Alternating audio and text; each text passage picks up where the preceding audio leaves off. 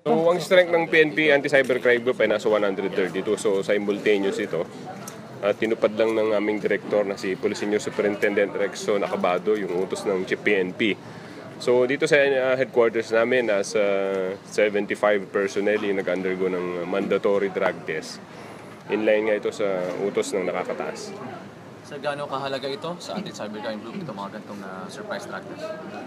As part ng utos nga ng Chief PNP, itong mahalaga para sa mga operating units kasi we are directly involved sa mga organized crime group. So iniiwasan ng aming director, especially ng Chief PNP, na ma-involve ang kapulisan sa illegal na droga. So even though hindi kami unit ng anti-illegal drugs, but we are preventing our personnel na at least hindi sila gumagamit ng bawal na gamot. Sir, how many days bago natin in-expect na mawala na resulta? So, depende yan sa kung gaano karami yung ginagawa ng cybercrime crime lab group, crime laboratory. So, 3 to 5 days ito bago lumabas yung resulta.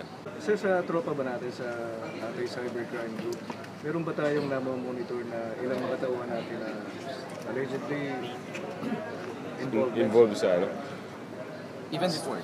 Sa ngayon wala naman. Kahit nung sa tatlong taon ng PNP Anti-Cybercrime Group ay wala naman tayo nababalitaan. Pero as a preventive measures, kumbaga talagang niiwasan nga itong ganitong ano. Pero as of now, wala naman tayong nababalitaan involved sa paggamit ng illegal na droga. 7-8.